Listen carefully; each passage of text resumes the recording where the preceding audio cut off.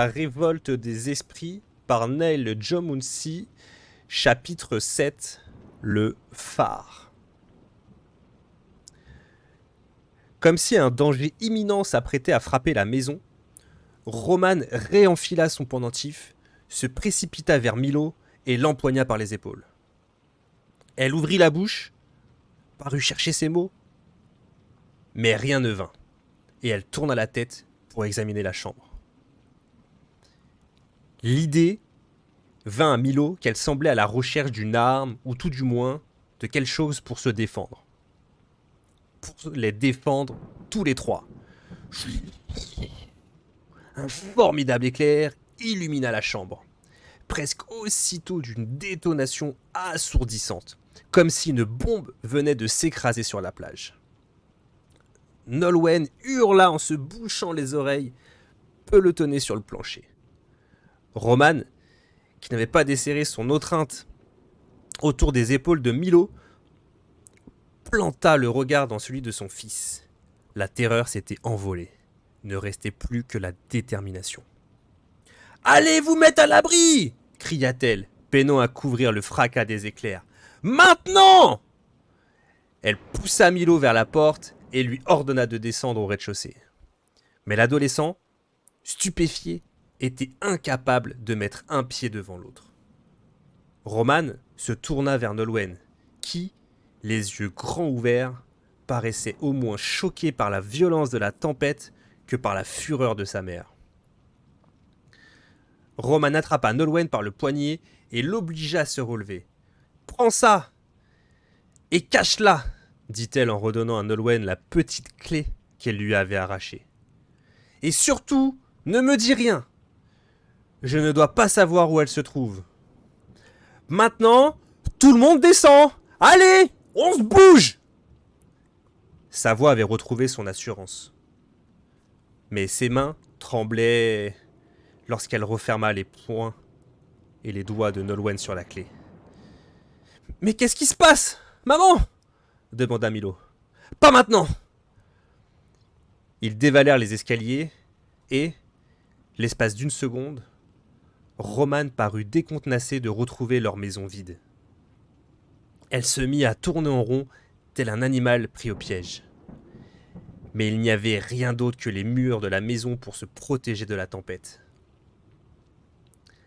À travers la porte restée ouverte, les flashs des éclairs étaient de moins en moins espacés.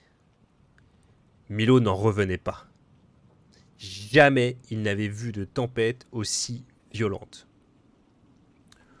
Roman finit par s'immobiliser, leur adressa un regard que Milo ne parvint pas à interpréter. Puis, courut jusqu'à l'entrée pour enfiler son manteau et ses chaussures avant de revenir dans le salon. « Tu m'as bien comprise ?» demanda-t-elle à Nolwenn, la main fermée si fort autour de son pendentif que ses doigts blanchissaient. Prise de panique, Nolwenn s'était mise à halter, et Milo se surprit à penser que malgré son indépendance fièrement revendiquée et ses manières de brute, sa sœur n'était encore qu'une petite fille de 12 ans. Il avait parfois tendance à l'oublier. « Nol ! Tu as entendu ?» s'énerva sa mère. Nolwenn sursauta, avant de secouer positivement la tête. La clé fermement serrée contre sa poitrine. Elle tremblait des pieds à la tête. Milo passa un bras autour de ses épaules pour l'empêcher de s'écrouler. Leur mère esquissa un sourire qui n'avait rien de joyeux, qui en était tout sauf une expression de joie, et remonta la fermeture éclair de son manteau avant d'enfiler son bonnet. « Je compte sur vous !» cria-t-elle. Sans attendre de réponse, elle fit brusquement volte-face et s'engouffra à travers la porte pour foncer tête baissée dans la tempête. « Maman !» hurla Milo. Un éclair couvrit son cri. Et Milo se retourna vers sa sœur. Un flot de pensées contradictoires l'assaillait. Son cerveau lui ordonnait d'obéir à sa mère, mais son instinct lui disait autre chose. Nolwenn, bouche ouverte, frissonnait comme si elle avait de la fièvre, les yeux rivés sur la porte et les flashs aveuglants des éclairs. Cet orage. Milo éprouva un vertige. Aussi incroyable que cela puisse paraître, non seulement cette soudaine tempête n'avait rien de naturel, mais il le savait jusqu'au plus profond de lui, le pendentif de leur mère avait quelque chose à voir avec son apparition. Et il n'arrivait pas à faire rentrer cette information dans sa tête. Son monde était fait de smartphones, d'avions, de satellites et de connexions réseau. Il n'y avait aucune place pour la magie. Il s'ébroua. « Il faut cacher la clé !» s'exclama-t-il pour couvrir le tonnerre. Nolwenn s'arracha à la contemplation de la porte et le dévisagea en silence. Elle s'était mise à claquer des dents. « La clé !» hurla Milo. Nolwenn était encore sonnée. Elle baissa les yeux et parut presque aussi surprise lorsqu'elle constata que la clé se trouvait toujours au creux de sa main. Elle aussi semblait coincée à mi-chemin entre rêve et réalité, incapable de croire ce qu'elle voyait, incapable de croire que tout cela n'était pas un cauchemar. Ça n'arrive que dans les films, se dit Milo. Il repensa à son vélo, au déménageur en retard, à Tiphaine, qui était venue lui rapporter son livre.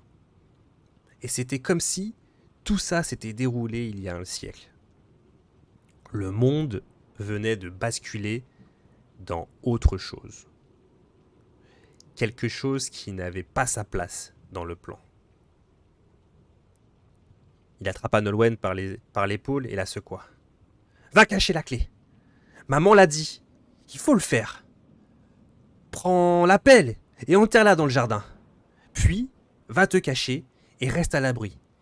Surtout, fais attention à ne pas te faire foudroyer. » Choqué, Nolwenn hocha la tête. Puis, tel un robot, referma son poing sur la clé et quitta la pièce. Dehors, la tempête redoublait d'intensité. Milo s'avança vers la porte. Une odeur de brûlé se mêlait à celle de l'océan. Il priait pour que Tiphaine ait réussi à se mettre à l'abri. « Je reviens !» cria-t-il, sans être certain que Nol l'entende. Sans attendre une seconde de plus, Milo fonça à travers la porte et se mit à courir droit devant lui. Ce regard, qu'il n'avait pas su lire quelques instants plus tôt, il le hanterait pour toujours s'il ne retrouvait pas sa mère tout de suite, s'il ne venait pas à son secours d'une manière ou d'une autre. Car même s'il était incapable d'en expliquer la raison, il devinait qu'elle s'apprêtait à prendre des risques. Et que ce qu'elle s'apprêtait à faire et à affronter serait certainement trop fort pour elle. Voilà, c'était ce sentiment qu'il n'avait pas su déchiffrer dans ses yeux. Le désespoir. Il fonça vers la plage. C'était là qu'il avait vu sa mère la nuit dernière, et son instinct lui soufflait que c'était là qu'elle devait s'être rendue.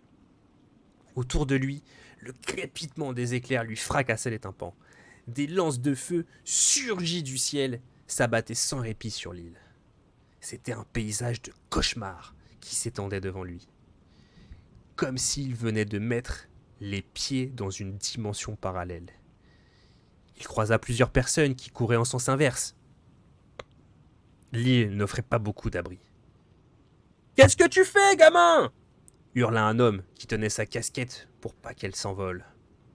Milo poursuivit sa course sans prêter attention et remonta le chemin flanqué d'herbes hautes qui filaient jusqu'à la plage. Arrivé au bord de l'eau, il scruta les environs. Aucune trace de sa mère.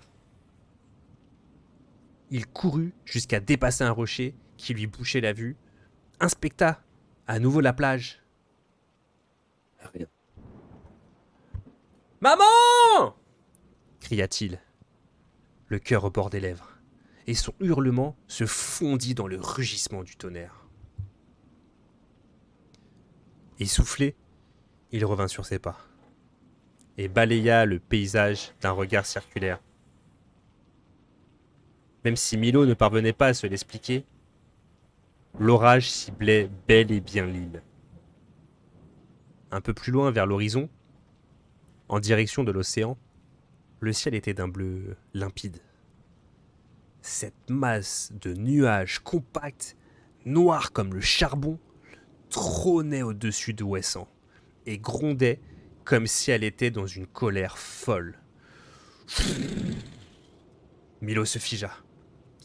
Il venait de remarquer, stupéfié, que la plupart des éclairs ne tombaient pas sur l'île, mais sur l'océan tout autour, comme pour l'emprisonner dans une cage d'électricité et empêcher quiconque d'entrer ou de sortir. C'était absurde. Les orages ne pouvaient pas penser. Appelant toujours plus fort pour couvrir les fracas, il courut le long de la plage, le cœur tambouronnant. Où avait bien pu aller sa mère?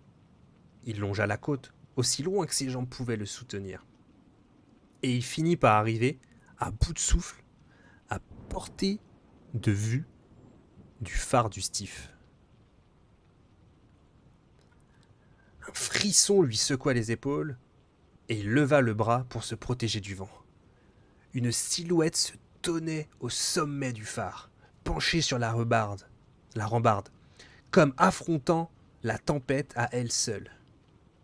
À cette distance, Milo ne pouvait pas formellement identifier sa mère, mais il pouvait reconnaître son bonnet.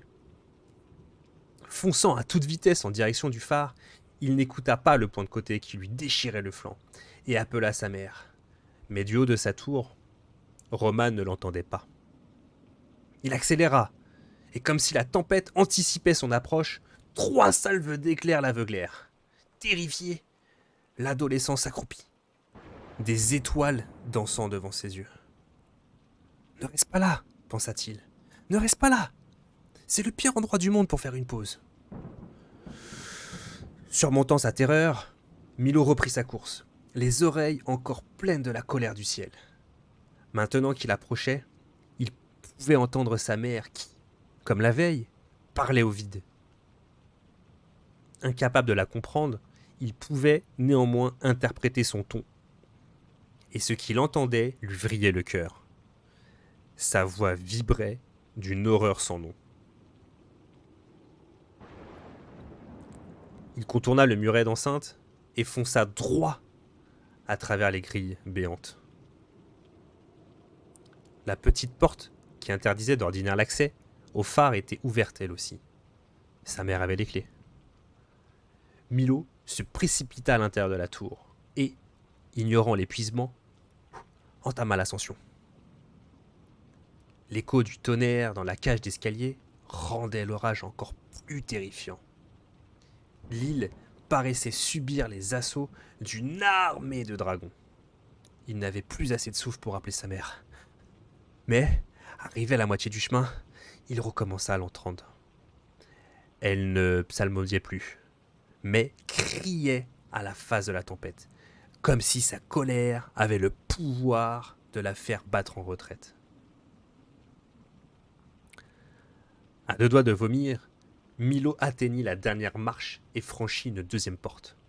On n'accédait pas directement au sommet du phare.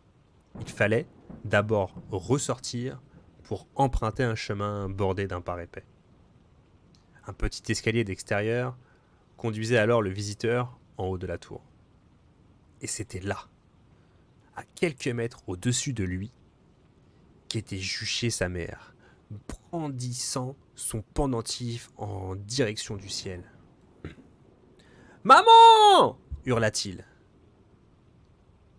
Cette fois, Roman se retourna. Elle afficha une mine horrifiée. « Descends tout de suite !» s'écria-t-elle. « Va te mettre à l'abri !»« Tu ne peux pas rester là !» hurla Milo. Tu vas te faire foudroyer !» Comme s'il l'avait interrompu dans une importante discussion, Roman se retourna vers l'océan et poursuivit sa psalmodie sans plus regarder son fils. Au même moment, une nouvelle salve d'éclairs déchira le ciel. Si sa mère restait là, elle allait être frappée par un éclair. Surtout à brandir un objet métallique comme elle le faisait. Milo devait réagir, et agir vite. Rassemblant son courage, il s'engagea sur l'escalier en fer. Mais, à nouveau, Roman interrompit ses folles gesticulations et se retourna vers lui. La colère sur son visage avait cédé place à la consternation. « Je t'en supplie, Milo !» sanglota-t-elle en larmes. Milo voulut répondre. Mais un flash terrifiant l'aveugla, accompagné d'un monstrueux craquement. L'adolescent tomba à la renverse, le souffle coupé par la douleur.